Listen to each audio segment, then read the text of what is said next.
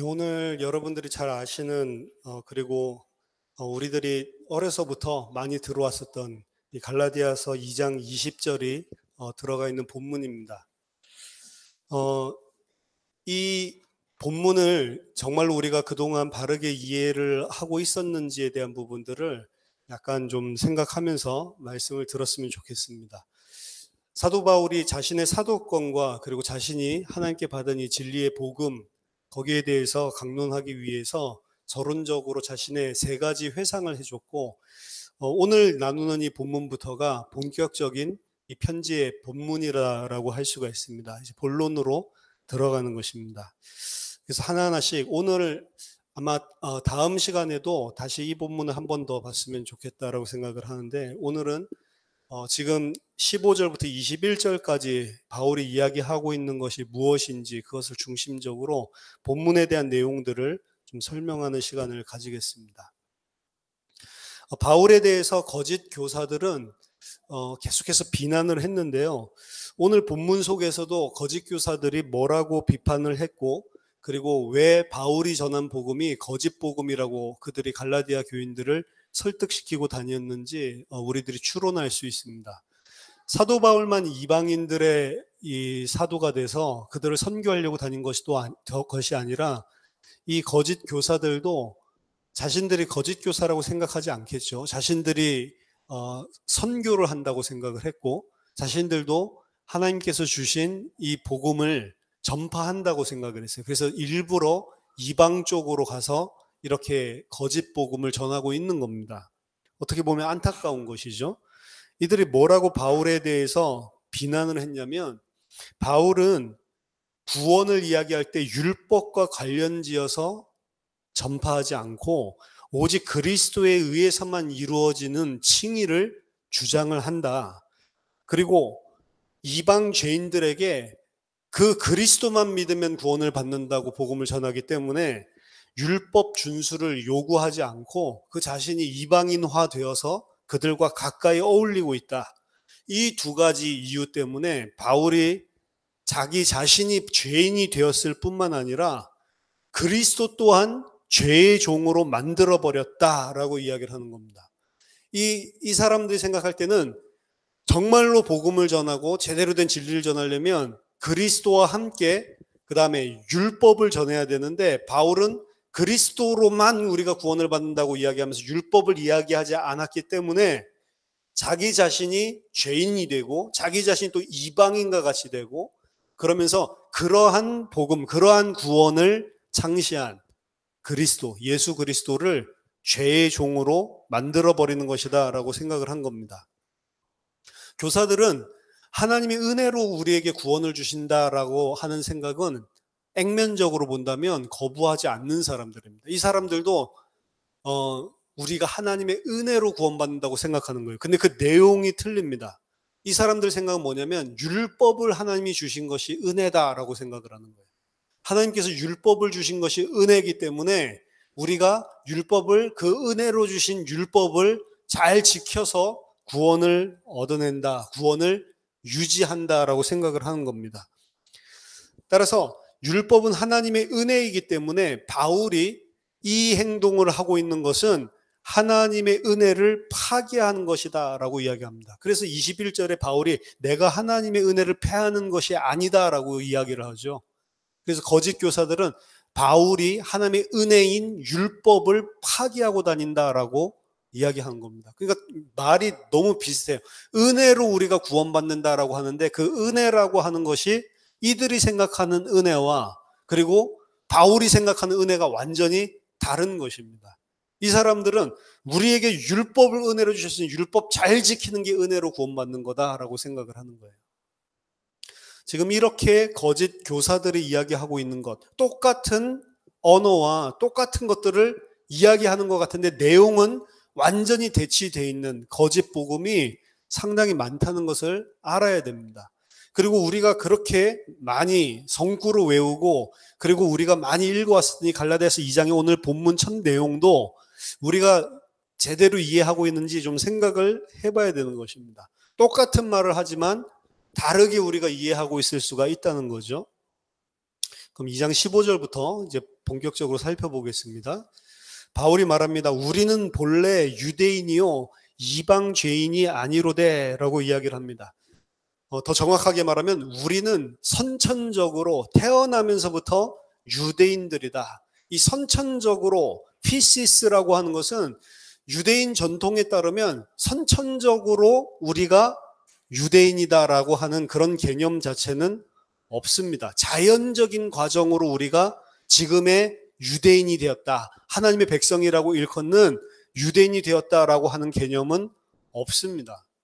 그냥 선천적으로 자연적으로 된 게 아니고 하나님의 엄청난 은혜로 구별하심으로 자신들이 유대인이 되는 거지 선천적으로 그냥 우연히 자연적으로 유대인들이 되는 것은 없다는 말입니다.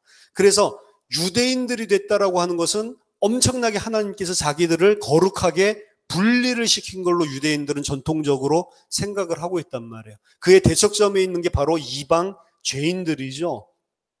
그래서 본래 유대인이요라고 하는 것은 선천적으로 우리가 유대인이요라고 하는 것은 벌써 그 말 속에 뉘앙스가 끼어 있는 거예요. 니네들이 무엇이 잘나서 하나님께서 너희들을 특별하게 거룩한 자로 따로 구별 지은 것이 아니다라는 앞으로 이야기하려는 부분들을 이미 깔고 피시스라고 하는 이런 표현을 쓰고 있는 것입니다. 이방 죄인들, 유대 전승에서 율법을 갖고 있지 않는 이방 죄인들은 필연적으로 죄인들이고 자신들과 구별된다라고 생각을 했습니다. 그들은 회개의 부름을 들을 수도 없고 듣지도 않고 그래서 용서받을 수도 없다는 거죠. 16절에 사람이 의롭게 되는 것은 율법의 행위로 말미암음이 아니요 오직 예수 그리스도를 믿음으로 말미암는 줄 알므로 우리도 그리스도 예수를 믿나니 이는 우리가 율법의 행위로서가 아니고 그리스도를 믿음으로써 의롭다함을 얻으려 함이라. 율법의 행위로서는 의롭다함을 얻을 육체가 없느니라. 본문의 해석이 사실은 분분한 부분이 많습니다. 이 16절이 굉장히 키인데요. 16절에 대한 해석을 우리가 어떻게 하느냐에 따라서 지금 갈라디아서 2장에서 이야기하고 있는 본문의 첫 번째 내용도 크게 사실은 나눌 수가 있습니다. 정확하게 헬라어 원문을 좀 의역을 하고 그 안에서 풍기는 것들을 하나하나 설명을 하면 바울이 처음 말하고 있는 문장은 우리나라랑 이 문법 자체가 틀리기 때문에 나오는 순서가 다릅니다. 우리는 본래 유대인이요 이방지인이 아니로되 하지만 우리 자신들도 안다. 이게 이제 처음에 나오는 문장이에요. 우리 자신들도 안다. 무엇을 하냐면 사람은 율법 준수로 의롭게 되지 않는다는 것을 이렇게 되어 있습니다. 첫 문장이 사람은 율법 준수로 의롭게 되지 않는다는 것을 우리 자신들도 알고 있다라고 하는 문장으로 시작을 합니다. 여기에서 앞에서는 유대인과 이방인이라고 딱 나눠서 이야기를 했죠. 근데 여기서는 안드로포스, 사람은 이라고 이야기를 합니다. 그래서 유대인과 이방인 사이에 구별지었던 것을 약화시키면서 지금 자기의 이야기를 하기 시작하죠. 모든 인간을 의미하는 안드로포스, 사람에 대한 종말론적인 계시를 지금 이야기하려고 하는 겁니다. 종말론적인 계시라고 하는 것은 구약에서는 유대인과 이방인을 꼭 완전히 분리시켜서 거룩한 자와 죄인으로 나눠놨잖아요. 근데 종말론적인 계시 안에서는 유대인과 이방인과 상관없이 모두 다 한 사람으로 보고 복음과 진리가 지금 선포되는 거란 말이에요. 그래서 유대인과 이방인으로 구별지었던 것을 약화시키면서 모든 인간에 대한 하나님의 진리를 이야기한 걸로 지금 서론을 펼쳐나가는 겁니다. 의롭게 되지 않는다.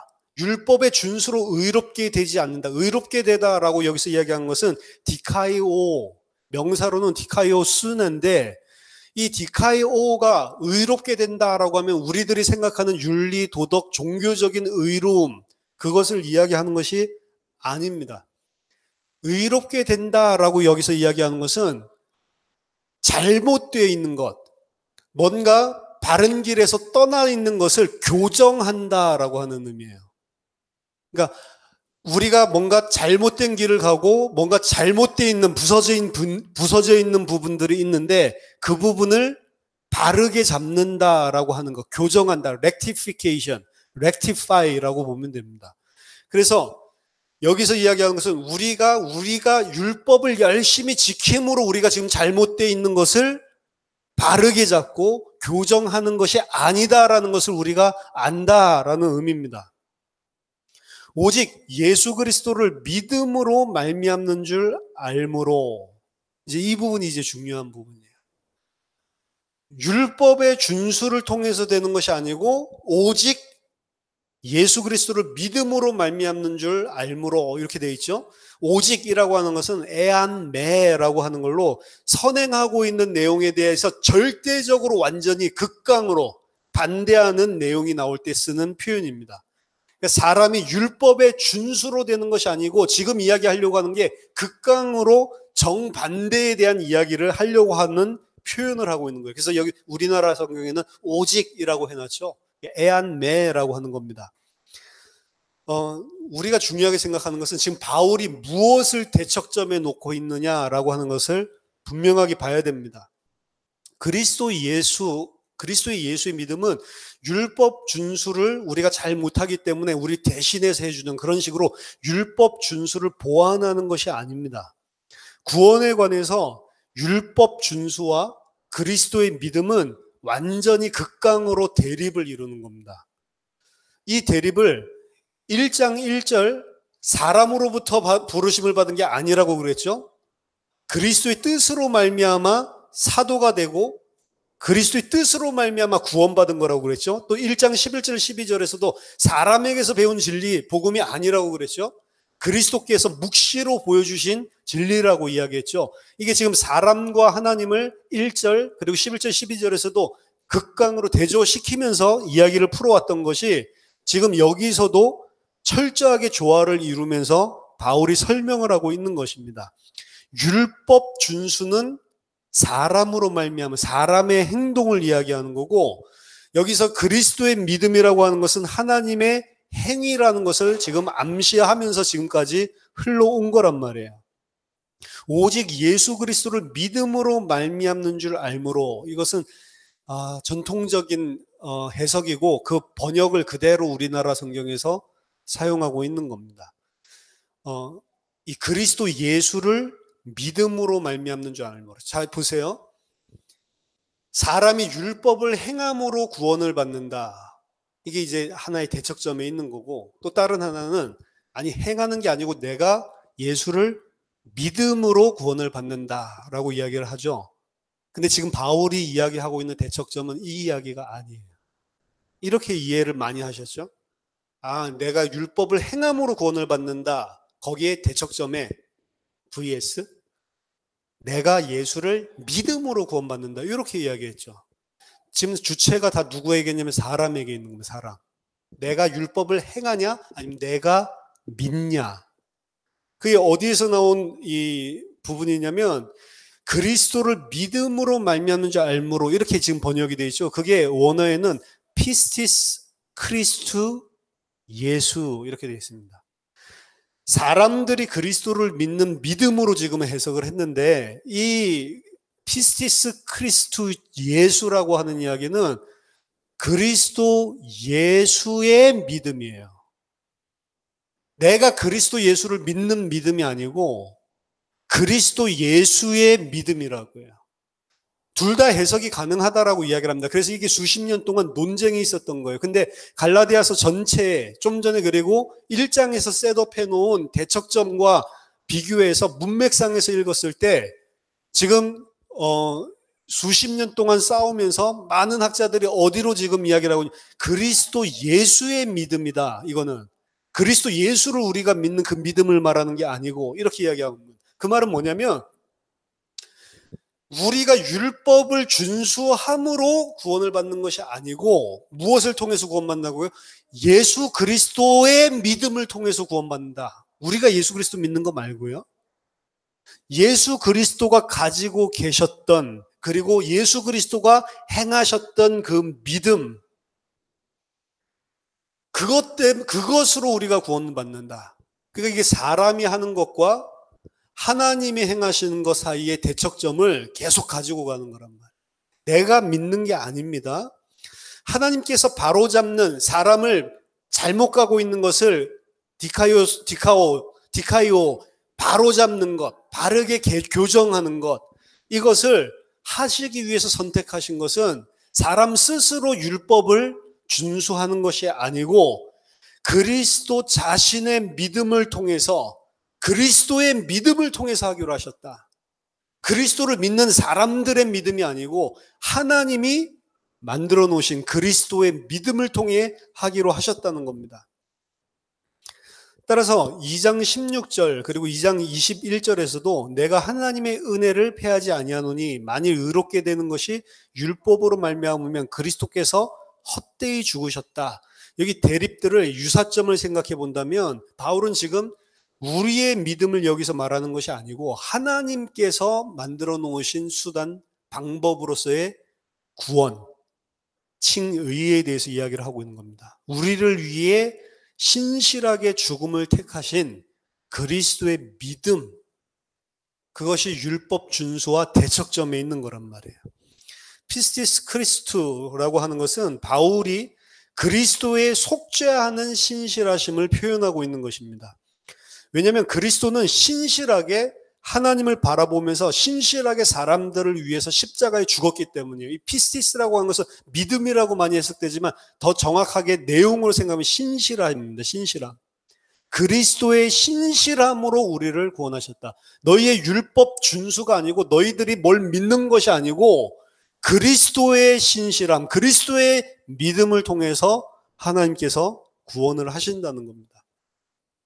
하나님이 의롭게 하시는 행위는 사람이 율법을 잘 지켰기 때문에 거기에 대해서 하나님 반응해가지고 구원하시는 게 아니란 말입니다. 그것 때문에 사람을 의롭게 해 주시는 것이 아닙니다. 마찬가지로 사람들이 그리스도를 믿었기 때문에 하나님이 거기에 반응해서 의롭게 해 주시는 게 아니란 말이에요. 사람이 하는 게 아니란 말입니다. 믿는 것조차, 내가 믿었으니까 하나님이 구원해 주는 게 아니란 말이에요. 내가 율법을 행하는 것 똑같은 건 내가 믿었기 때문에 이렇게 구원을 받는다면, 의롭게 되는 것이라면 그 율법이랑 똑같은 거란 말이에요. 사람의 지금 방점이 있는 거란 말이에요. 하나님은 사람이 무엇을 했기 때문에 거기에 반응해서 구원을 주시는 게 아니라는 거죠. 하나님이 의롭게 하는 것은 사람이 아니고 그리스도의 믿음 안에서 그리스도를 하나님께서 제정해 놓으시고 하나님께서 약속하신 그 그리스도의 신실함 안에서 구원을 하시는 거지, 사람이 무엇을 했기 때문에 거기에 대한 반응으로 하는 게 아니란 말입니다. 하나님이 사람을 의롭게 하시는 것, 칭이라고 하는 것은 전혀 사람의 무엇인가를 행함에 대한 하나님의 반응으로 나타나는 것이 아니다라는 거예요. 하나님이 최초의 움직이심이고 하나님이 처음부터 끝까지 주도권을 가지고 행하시는 것, 그것이 하나님의 칭의입니다. 칭의는 하나님이 그리스도의 신실한 죽음에서 실행하시는 하나님의 주도적인 행위가 바로 칭의란 말이에요. 우리에게 그게 없다라는 겁니다. 우리에게 그 어떤 것도 없다라는 것입니다. 율법의 행위, 이 부분 시간이 되면 더 다음에 살펴볼 수가 있는데, 에르가 노무라고 하는 것, 율법의 행위, 그리고 피스티스 크리스투, 그리스도의 믿음, 이 두 대안은 사람이 율법을 준수하냐 아니면 그리스도를 믿느냐는 대립을 말하는 것이 아니고, 대립되는 쌍은 율법 준수라는 사람의 행동과 그리스도의 신실한 죽음이라는 하나님의 행동을 대립시키고 있는 거예요. 사람의 행위에 따라서 구원하는 게 아니고 하나님의 행위인 그리스도의 신실한 죽음을 따라 하나님이 주도적으로 행하시는 것, 그게 의롭게 하는 것이라는 겁니다. 하나님이 사람을 바로 잡고 개정시키시기 위해서 선택하신 것은 사람이 행하는 율법을 준수하는 것이 아니라 오직 그리스도의 믿음이라고 하는 하나님의 행동을 기준으로 의롭게 하신다는 겁니다. 하나님의 칭의의 수단은 오직 그리스도 예수의 믿음이다.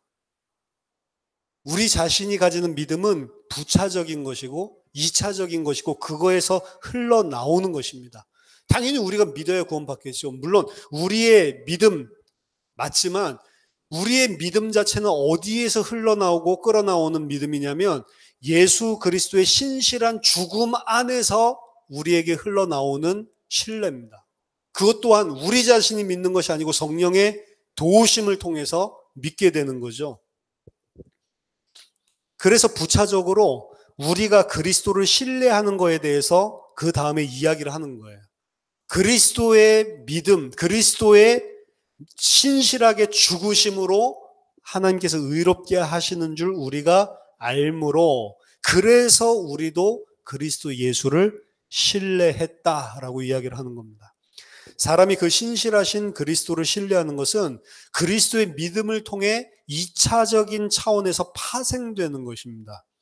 여기서 보여주는 논리적인 차선은 바울에게 있어서 그리스도의 신앙으로서 우리를 의롭게 하시는 하나님의 행위가 우리가 그리스도를 신뢰하는 우리의 행위보다 더 먼저 일어난다고 하는 것이고, 그것이 우리의 신앙을 일으키는 근본이다라고 하는 거예요. 그래서 우리의 구원과 우리가 심지어 믿음을 가지게 되는 것조차 어디에 근본적인 베이스를 두고 있냐면 하나님의 행동에 베이스를 두고 있다라고 하는 것입니다.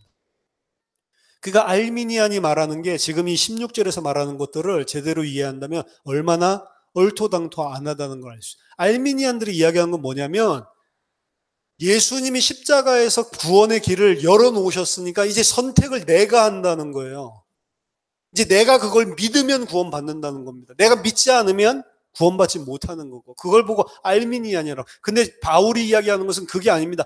예수님이 이렇게 열어놨으니 너 믿을래 말래 우리한테 기회를 주는 게 아니고, 예수 그리스도의 믿음으로만 하나님이 구원을 하기 때문에 우리의 행위를 통해서 우리가 믿어줄게, 나 구원해봐, 그런 반응으로 하나님이 하는 게 아니란 말이에요. 근데 그런 식으로 우리가 착각할 때가 많습니다. 심지어 우리가 믿음을 가질 때도 내가 믿는 줄 생각하는 것이 많단 말이에요. 바울은 거기에 대해서 지금 이야기를 하는 겁니다.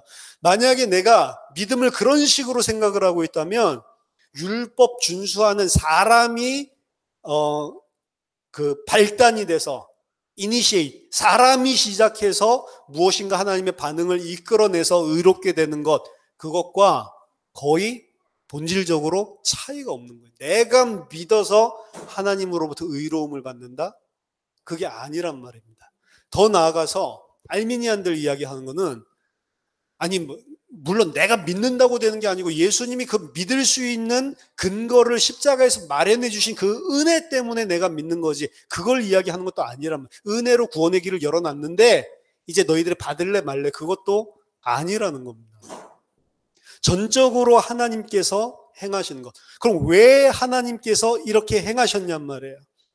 하나님께서 이렇게 행하신 이유는 인간의 칭의의 근원이 오직 그리스도의 믿음이 되기 위해서, 우리의 율법의 행위로서가 아니고 그리스도를 믿음으로써 의롭다함을 얻게 하게 하기 위해서, 하나님께서 이렇게 하신 이유는 인간이 의롭게 되는 근원이 사람이 아니라 오직 그리스도의 믿음이 되게 하기 위해서다라고 이야기합니다. 여기도 우리가 돼 있는 번역들을 참고하지 마시고 아까 전에 그 그리스도의 믿음으로 해석을 해야 되는 거예요.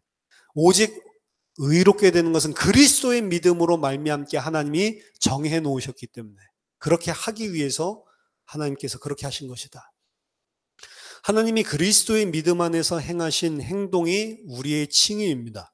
그래서 우리는 우리의 칭의의 근원이 하나님이 목적하신 것, 즉 그리스도의 믿음이 되도록 우리는 그 그리스도를 신뢰했다라고 이야기합니다. 하나님이 목적하신 그대로 되게 하기 위해서 우리도 그리스도를 신뢰했다, 그리스도를 믿었다라고 이야기하는 겁니다.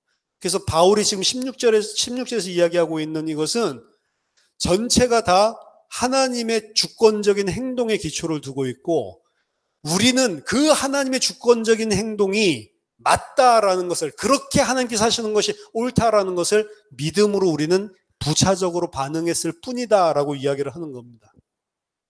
왜냐하면 율법 준수로서는 단 한 사람도 의롭게 되지 않을 것이기 때문에 그래요.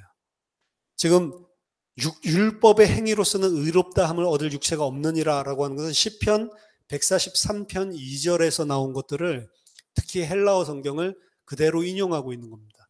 왜냐하면 주의 눈앞에는 의로운 인생이 하나도 없기 때문입니다 라고 이야기를 하고 있어요. 근데 여기서 의로운 인생이 하나도 없다라고 이야기하는 것은 원어에는 어떻게 되냐면 하나님 앞에서 의롭게 될 살아있는 각 사람이 없다. 하나님 앞에서 의롭게 될 각 사람이 없다라고 되어 있는데 이 살아있는 사람, 살아있는 각 사람을 바울은 여기서 육체라는 것으로 바꿨습니다. 육체라고 쓴 건 사륵스예요. 사륵스라고 하는 것은 그냥 몸, 소마라고 하는 거랑 다르다고 했습니다. 사륵스라고 하는 것은 죄성을 가지고 있는 인간의 육체를 이야기하고 있는 거예요. 하나님과 대적하고 있는 인간의 육체, 세상적인 육체, 세상적인 그리고 죄를 쫓아갈 수밖에 없는 그 육체. 바울은 이것을 각 사람을 육체라고 하는 단어로 바꿨어요. 그 말은 사람은 육체, 사륵스를 가지고는 도리어 하나님을 대적할 수밖에 없는 존재고 지금 율법 거짓 교사들은 뭐라고 이야기하고 있냐면 그 육체에 사람의 표피에 할 일을 행하고 율법을 준수함으로 구원을 의롭게 된다라고 이야기하고 있기 때문에 그렇게 될 수가 없다라는 것을 강조하기 위해서 말을 살짝 바꿔서 이야기를 하고 있는 거죠.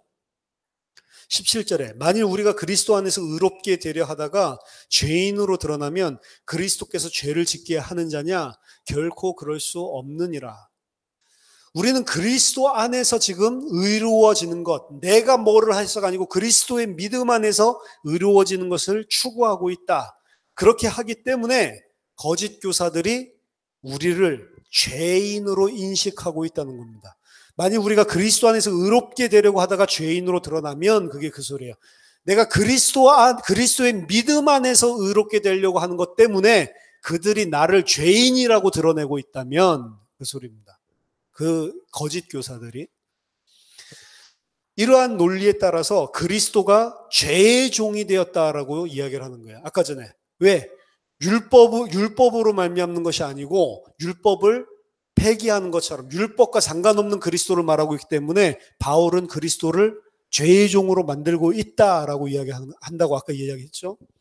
우리가 그리스도를 믿는 그리스도의 믿음 안에서 의롭게 되려고 했기 때문에 그들이 우리를 죄인이다라고 드러낸다면 그럼 그리스도께서 죄를 짓게 하는 자냐? 그리스도가 죄의 종이냐? 결코 그럴 수 없다. 그리스도가 이런 논리에 따라서 죄의 종이 되었다라고 말하는 것이 옳냐? 절대로 그렇지 않다라는 거죠. 거짓 교사들이 주장하는 것은 바울이 칭의를 이야기할 때 율법 준수를 제외하고 오직 그리스도와만 연결시키고 있는 것은 바울 자신이 이방인과 자신을 구별하지 않는 죄인이 된 것뿐만이 아니라 사실상 이 그리스도 또한 죄와 싸우지 않고 죄를 용인하고 죄를 조성하는 자로 만드는 거다라고 이야기하는 거예요. 그래서 그리스도가 죄를 짓게 하는 자냐, 그리스도가 죄의 종이냐라고 하는 게 그 이야기입니다. 그래서 만약에 율법으로 이렇게 되지 않는 그런 그리스도라면 그 그리스도는 사람으로 계속 이방인처럼 율법을 버리게 만드는 죄인으로 만드는 그리스도네. 그래서 바울을 공격했었던 내용이란 말이에요. 하지만 바울은 18절에 이렇게 말합니다. 만일 내가 헐었던 것을 다시 세우면 내가 나를 범법자로 만드는 것이라. 만약 내가 내 자신을 범법자로 드러나게 하려 한다면 그것은 그리스도를 믿음으로가 아니고 내가 허문 율법의 장벽을 다시 세우는 것이다 라고 이야기하는 겁니다. 그게 내가 범죄자로 드러나는 거지 그리스도의 믿음만 의지하는 게 범죄자로 드러나게 하는 것이 아니다. 율법이라고 하는 것은 유대인과 이방인 사이에 담이라고 간주되었습니다. 지금 헐었던 것이라고 하는 것은 더 이상 그 율법을 통해서 이방인과 유대인을 가르는 담이 아니고 헐어서 사람 안드로포스가 되게 만드는 그 복음을 이야기하고 있었던 것, 그거를 내가 다시 담을 쌓아서 유대인과 이방인이라고 하는 범주로 나누는 것, 그것이 바로 내가 죄 짓는 거다. 그게 바로 죄인이다라고 이야기를 하는 겁니다. 에베소서 2장에서 이 유대인과 그리고 이방인 사이에 있는 담을 헌 것이 바로 복음이다라는 걸 이야기하고 있죠. 에베소서 2장 11절 19절 읽어보면 그러므로 생각하라 너희는 그때 육체로는 이방인이요 손으로 육체에 행한 할례를 받은 무리라 칭하는 자들로부터 할례를 받지 않은 무리라 칭함을 받는 자들이라. 그때 너희는 그리스도 밖에 있었고 이스라엘 나라 밖의 사람이라. 약속의 언약들에 대하여는 외인이요 세상에서 소망이 없고 하나님도 없는 자이더니 이제는 전에 멀리 있던 너희가 그리스도 예수 안에서 그리스도의 피로 가까워졌느니라. 그는 우리의 화평이신지라 둘로 하나를 만드사 원수된 것 곧 중간에 막힌 담을 자기 육체로 허시고 법조문으로 된 계명의 율법을 폐하셨으니 이는 이 둘로 자기 안에서 한 세 사람을 지어 화평하게 하시고 또 십자가로 이 둘을 한 몸으로 하나님과 화목하게 하려 하심이라. 원수된 것을 십자가로 소멸하시고 또 오셔서 먼 데 있는 너희에게 평안을 전하시고 가까운 데 있는 자들에게 평안을 전하셨으니 이는 그로 말미암아 우리 둘이 한 성령 안에서 아버지께 나아감을 얻게 하려 하심이라. 그러므로 이제부터 너희는 외인도 아니요 나그네도 아니요 오직 성도들과 동일한 시민이요 하나님의 권속이라. 그 그리스도께서 허무신 담을 다시 내가 세우는 것, 하나님께서 그리스도의 믿음 안에서 헐어 놓으셨는데 내가 그 담을 율법으로 다시 세우는 것, 그게 내가 죄인으로 드러나는 것이지 그 허무신 것을 전하는 것이 죄인이 아니다라는 거죠. 내가 나 자신을 범죄자로 보여줄 수 있는 방식은 내가 부인했던 것, 즉 칭의가 율법의 준수에 따라서 연관돼서 따라온다는 주장을 다시 하는 것, 그것이 내가 다시 범죄자가 되는 것이지 지금 그리스도 예수의 믿음만을 의지해야 된다. 그게 나를 범죄자로 만드는 게 아니다라고 이야기를 합니다. 따라서 여기에서는 범죄에 대해서 유대인이 생각했던 것과 완전히 다른 철저한 재정의를 하고 있습니다. 유대인이 생각할 때는 율법을 안 지키는 게 죄고 범죄라고 생각을 하고 있는데 바울은 완전히 거기에 거꾸로 율법을 준수하는 것이 바로 죄다라고 이야기를 하고 있어요. 율법을 지키는 게 범죄하는 것이다. 거꾸로 이야기를 하고 있는 겁니다. 율법을 어떻게 범죄라고 정의를 할 수 있냐. 문제는 율법 자체가 하나님이 주신 거잖아요. 근데 율법 자체를 갖다가 잘 지키려고 하는 걸 바울은 여기서 범죄라고 이야기를 하고 있다고요. 왜냐하면 율법은 하나님이 주신 것이 맞지만 그 율법은 우리의 죄됨, 우리의 범죄를 극복하기 위해서 극복하는 쪽으로 이끌어주는 것이 아니란 말입니다. 율법은 범죄 자체로 우리를 더 선명하게 선을 긋고 범죄 자체로 우리를 이끄는 역할을 하는 거예요. 쉽게 말하면 율법은 우리가 죄인이다라는 사실을 더 확실하게 보여주는 역할을 하고 있는 것이지 율법을 통해서 하나님께서 우리에게 의도하셨던 것은 거봐 너희 죄인이지 너희들의 행위로는 절대로 내 앞에 의롭게 될 수가 없는 죄인이지라는 것을 선명하게 보여주는 게 율법이란 말이에요. 근데 그 율법 주신 것을 율법을 지킴으로 내가 구원받을 수 있다라고 유대인들이 오해를 한 것인 것입니다. 거짓 교사들은 범죄를 피하기 위해서 음식 규례를 지키고 있는데 바울의 관점에서 본다면 실상은 그들은 그 율법 지킴을 통해서 범죄로 행하는 세상길, 육신의 길을 따라가고 있는 거라고. 왜냐하면 하나님이 잘못된 것을 그리스도의 믿음을 통해서 바로잡으시려고 하는데 그들은 그거를 거부하고 율법 준수를 통하여 바로 하나님께서 잡고 계시다라고 거짓 진리를 말하는 거짓말을 하는 셈이 되기 때문입니다. 따라서 누구든지 유대인과 이방인 사이의 율법의 구분을 다시 세우는 사람은 그렇게 행함으로써 범죄자로 드러나고 범죄자의 길을 가고 있다라는 것을 거꾸로 이야기를 하고 있는 겁니다.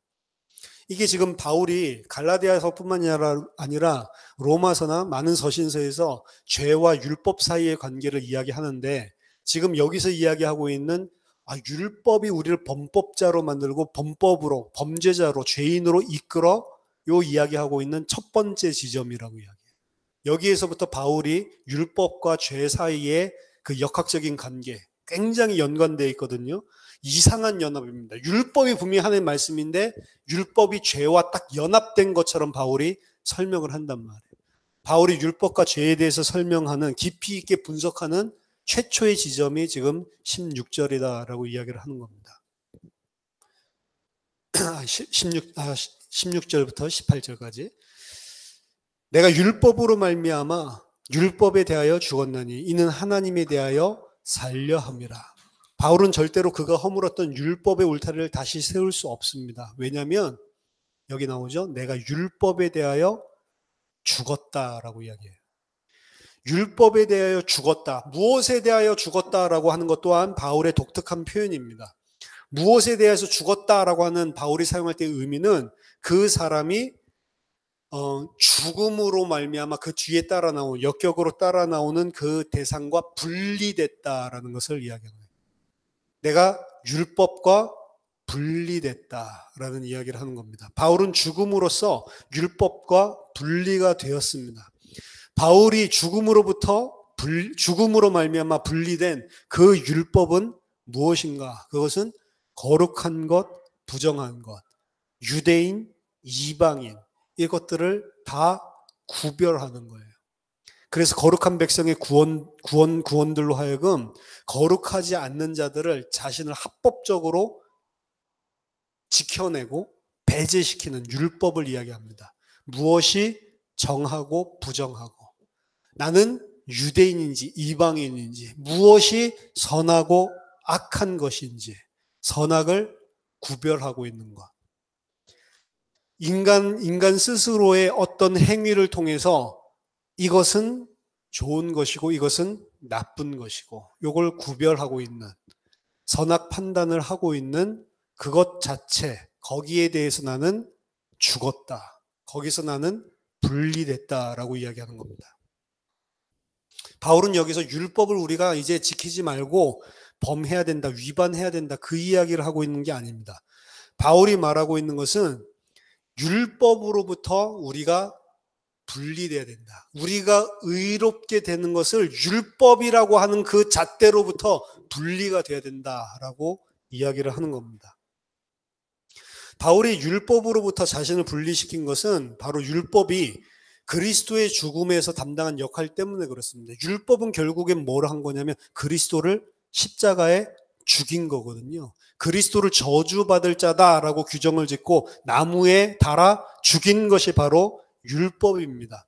그리스도의 십자가 사형에 있어서 율법은 그냥 수수방관하고 있었던 게 아니고 당신이 바로 저주받은 자다라고 선언을 했단 말이에요. 따라서 율법은 결국에는 끝에 가니까 하나님이 행하신 것을 저주받을 것이라고 선언한다라는 겁니다. 그게 이제 갈라디아 3장에서 이야기가 나온단 말이에요. 갈라디아 3장 13절에 그리스도께서 우리를 위하여 저주를 받은 바 되사 율법의 저주에서 우리를 속량하셨으니 기록된 바 나무에 달린 자마다 저주 아래에 있는 자라 하였음이라. 하나님께서 행하시는 것과 상관없이 율법은 하나님과 다른 틀을 가지고 그리스도를 저주받을 자다라고 선언하는 그런 존재란 말이에요. 따라서 율법을 다시 세운다라고 하는 것은 율법이 하나님을 대항해서 그리스도를 십자가에서 저주받은 자다라고 단언하듯이 우리가 율법을 다시 세운다면 우리는 그 율법에 동참해서 하나님께서 행하신 것을 저주받은 자다라고 이야기하는 자가 된다는 것입니다. 따라서 그 그리스도의 죽음에서 율법이 감당한 역할이 무엇인지 그걸 보고 바울은 율법에서 자기 자신을 완전히 분리시킨 겁니다. 이는 하나님에 대하여 살려 함이라. 바울은 자신이 죽음으로써 율법의 영역에서 분리되는 목적은 바로 하나님의 영역에서 이제 살아있는 자로 존재하기 위해서다라고 이야기를 합니다.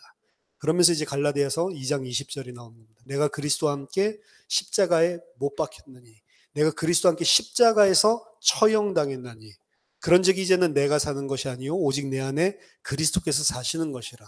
이제 내가 육체 가운데 사는 것은 나를 사랑하사 나를 위하여 자기 자신을 버리신 하나님의 아들을 믿는 믿음 안에서 사는 것이라. 내가 그리스도와 함께 십자가에서 이제 처형당했기 때문에 따라서 이제 내가 사는 것은 더 이상 내가 아니다라고 이야기를 합니다. 바울은 자기 안에 내내 살아있었던 옛사람이 죽고 종말론적인 사람이 살아나는 하나님의 행위를 지금 이야기하고 있는 거예요. 자기 안에 살고 있었던 옛사람은 누구냐? 유대인과 이방인을 나누고 있었던 유대인으로서의 자기. 그게 죽고 유대인도 없고 이방인도 없는 안드로포스, 사람으로서 자신이 새롭게 태어난 그 하나님께서 그렇게 새롭게 거듭나게 하신 그 행위를 이야기하는 겁니다. 그래서 이제 자신은 자기 안에는 이제 그리스도가 산다고 했고, 자기도 예수 그리스도의 믿음 안에서 산다고 그랬고, 이 안에서, 어디 안에서 산다라고 바울이 사용하는 이 이야기, 그리스도 안에서 우리가 거한다, 그리스도 안에서 산다, 이런 표현을 많이 쓰는데, 이 20절에는 그 그리스도 안에서 혹은 그리스도께서 내 안에, 바울이 사용하는 이 다양한 용법에 대해서 보여주고 있습니다. 첫 번째로 그는 그리스도가 이제 그의 안에서 산다라고 이야기를 하고, 그런 다음에 그럼에도 불구하고 그는 육체 안에서 사는 사람으로 여전히 남아있다라고 이야기를 합니다. 끝으로, 하지만 그는 현재의 생활을 단지 육체 안에, 사람의 영역 안에서 사는 것뿐만이 아니고 근본적으로 그리스도의 믿음 안에서 산다. 여기서도 그리스도를 믿는 믿음이 아니고 그리스도의 믿음 안에서 산다라고 이야기를 하는 겁니다. 이 각각 공간적인 이 메타포를 이야기하고 있는데, 이 강조점은 세력에 대한 이야기예요. 부활하신 주님은 전형적인 종말론적인 사람인 이 바울 안에 거주하심으로 그 주님의 영역, 하나님의 나라를 확장시키는 것을 이야기합니다. 그 사건이, 그 하나님의 나라가, 그리스도의 주권이 자기 안에 강권적으로 임했지만 여전히 바울은 그 사건 때문에 사람들의 영역에서 배제돼서 다른 데로 옮겨간 것이 아니에요. 여전히 자신 안에 역사하고 있는 사람의 영역, 그 속에서 살아가고 있습니다. 하지만 그것은 바울이 사는 새로운 영역을 재창조하는 거예요. 사람의 영역에 분명히 살고 있는데 그리스도의 믿음 안에서 사는 그런 삶. 그리스도께서 내 안에 살고 계실 때 내가 그리스도 안에 그냥 산다, 이렇게 이야기를 하지 않고 그리스도가 내 안에 살고 있을 때 나는 여전히 세상 속에서, 사람이 사는 영역 속에서 살고 있지만, 하지만 나한테는 다른 근본적인 영역이 하나가 더 있다. 그거는 내가 이 세상에서 비록 세상 안에 산다 할지라도 그 세상의 세력에서 사는 것이 아니고 나는 그리스도의 믿음 안에서 이 세상을 산다라고 이야기를 하는 겁니다. 따라서 여기서 두드러지고 있는 모티브는, 그리스도께서 우리 안에 산다라고 했을 때 그거는 성령으로 우리가 그리스도와 함께 신비한 합의를 이루는, 그게 모티브가 아니고요. 그게 주 포커스가 아니고, 개인적인 차원에서 일어나고 있는, 개인적으로 부활하신 그리스도가 강력하게 자기 자신 안에 세력을 얻어서 침입하고 있는, 그래서 이것도 내가 하는 게 아니고 그리스도에게 모든 주권이 있는 그 이야기를 하고 있는 겁니다. 그래서 고린도전서 15장 45절에 그리스도 마지막 아담은 살려주는 영이 됐다라고 바울이 말하는 겁니다. 21절에 내가 하나님의 은혜를 패하지 아니하노니 만일 의롭게 되는 것이 율법으로 말미암으면 그리스도께서 헛되이 죽으셨느니라. 나는 하나님의 은혜를 헛되게 하지 않는다. 왜냐하면 만약 칭의가 율법을 통하여 오는 것이 진짜라면 그리스도는 아무 목적 없이 죽었을 것이기 때문이다 라고 이야기하는 겁니다. 바울은 16절에서 이야기했었던 대립을 다시 한번 진술하면서 율법의 준수의 무능력과 그리고 강한 대주를 이루고 있는 하나님의 능력의 정체에 대해서 분명히 이야기하고 있습니다. 그 능력은 사람 편에서 취하는 믿음의 행동이 아니고 그리스도께서 행하신 믿음, 하나님께서 율법을 통해서 바로잡는가 아니면 그리스도의 죽음을 통하여 우리를 바로잡아서 의롭게 만드는가 라고 하는 게 대조되는 것입니다. 하나님의 은혜를 헛되게 하는 것은 즉 바울이 아니고 바로 너희가 지금 헛되게 하고 있다는 겁니다. 너희가 율법 준수로서 이루어지는 칭의를 복음이라고 선포할 때에 바로 하나님의 그 행하신 것을 무효화시키고 그리스도를 무효화시키는 것이다. 너희들의 가짜 복음은 그리스도가 아무런 목적 없이 죽었다라고 이야기하는 것과 똑같기 때문에 이방인들에게 율법을 준수해야 된다고 요구하는 것은 그리스도의 죽음을 통해서 실현한 하나님의 행동을, 하나님의 은혜의 행동을 부인하는 것이다. 그래서 내가 하나님의 은혜를 헛되게 하는 게 아니고 너희들이 하나님의 은혜를 헛되게 하는 거다. 이 사람들의 하나님의 은혜는 율법이고 바울이 이야기하는 하나님의 은혜는 그리스도의 믿음입니다. 그래서 지금 16절에서 21절까지 바울이 이야기하고 있는 이 액면적인 내용을 약간 번역상의 이상한 부분이나 그리고 우리가 가지고 있었던 잘못된 이해로 가지고 있었던 부분들에 대해서 설명하기 위해서 오늘 쭉 전체적인 내용들을 설명을 한 겁니다. 바울이 이야기하고 있는 것은 율법을 잘 행하는 거냐 아니면 우리의 믿음이냐 요 이야기를 하는 게 아니라는 거예요. 율법을 잘 행하느냐 아니면 하나님이 행하신 그리스도의 믿음으로냐 요 두 가지를 대척점으로 이야기하고 있는 겁니다. 그래서 우리가 잘 믿어야지 믿음으로 구원받는다. 그거에 앞서는 그리스도의 믿음이 있다는 것을 우리들이 생각을 해야 돼요. 안 그러면 갈라디아서 전체를 뭐라고 이야기하냐면 그리스도인의 자유의 대헌장이라고 이야기를 합니다. 믿음 이야기하면서 우리는 지금 이 거짓 교사들이 이야기하는 것처럼 똑같은 율법주의를 할 수가 있습니다. 여러분 그런 생각 드신 적이 없으세요? 믿음을 갖다가 막 강요한다고 믿음이 생기나요?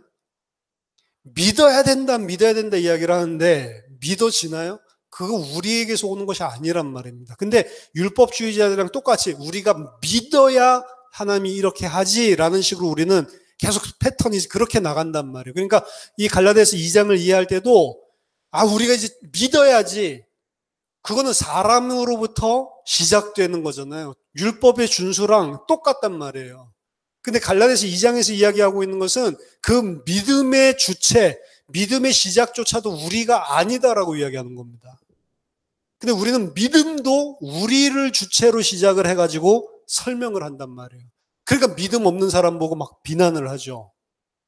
믿음 없는 사람을 이걸 진짜로 이해한다면 비난할 수 있습니까?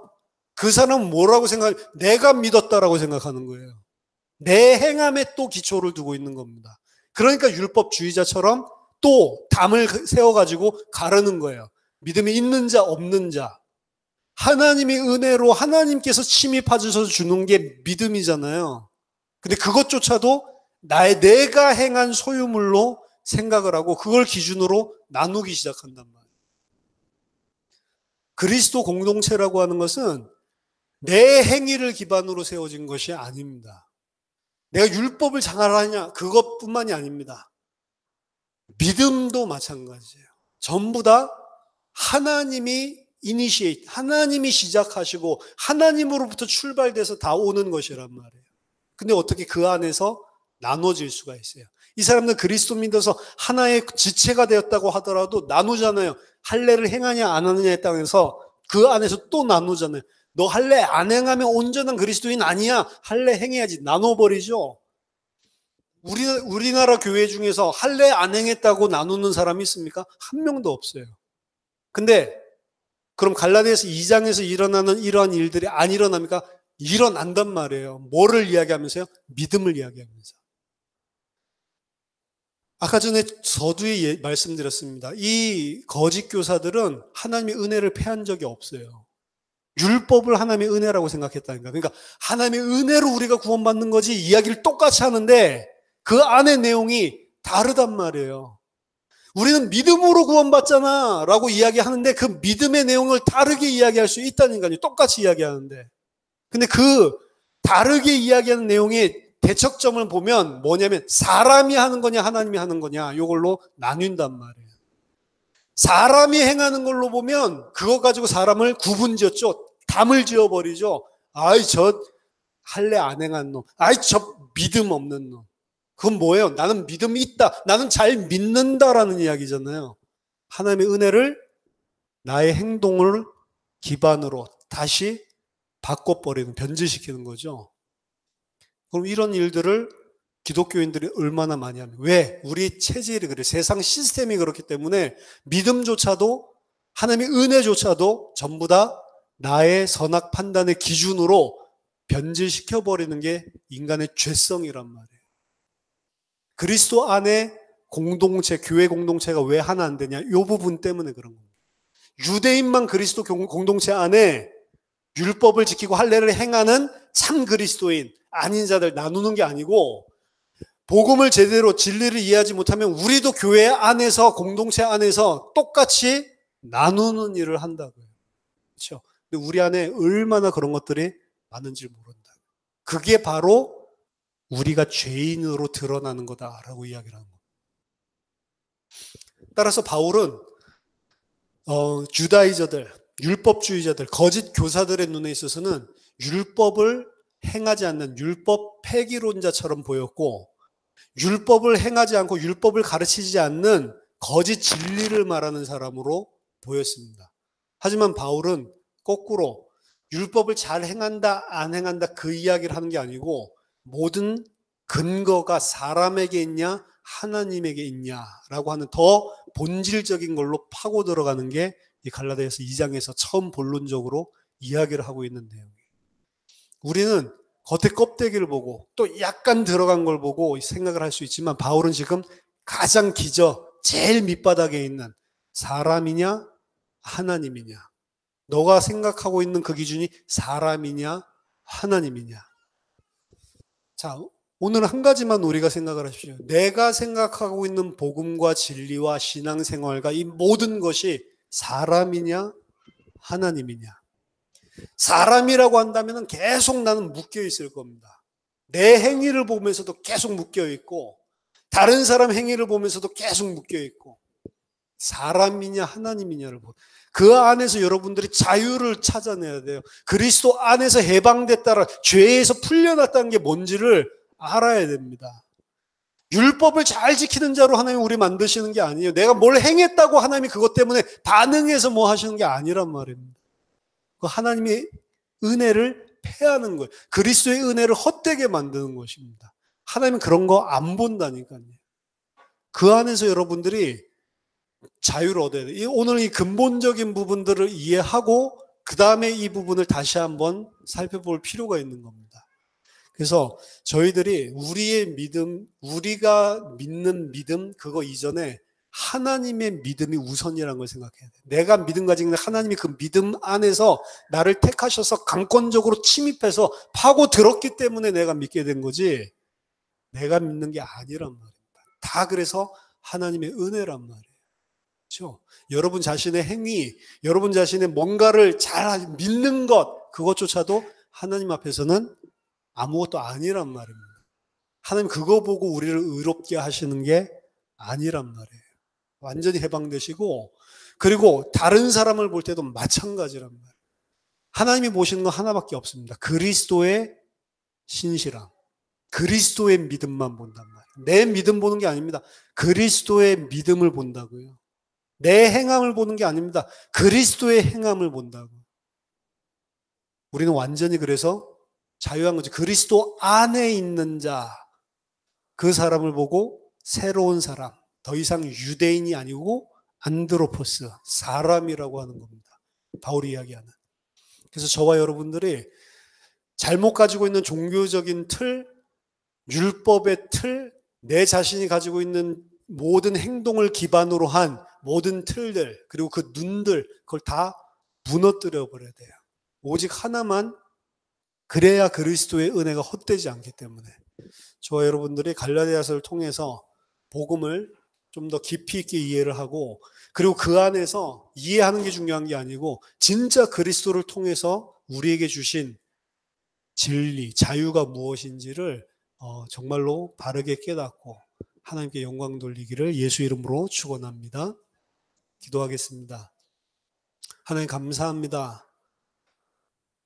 연약하고 부족하고 하나님을 대적하는 우리들의 모습이 아니라, 또 우리들의 행하는 행위가 아니라, 우리들의 믿는 믿음이 아니라 그리스도의 믿음을 보시고 오직 그것을 근거로 하나님이 택하신 자들을 구원하신 하나님께 너무나 감사를 드립니다.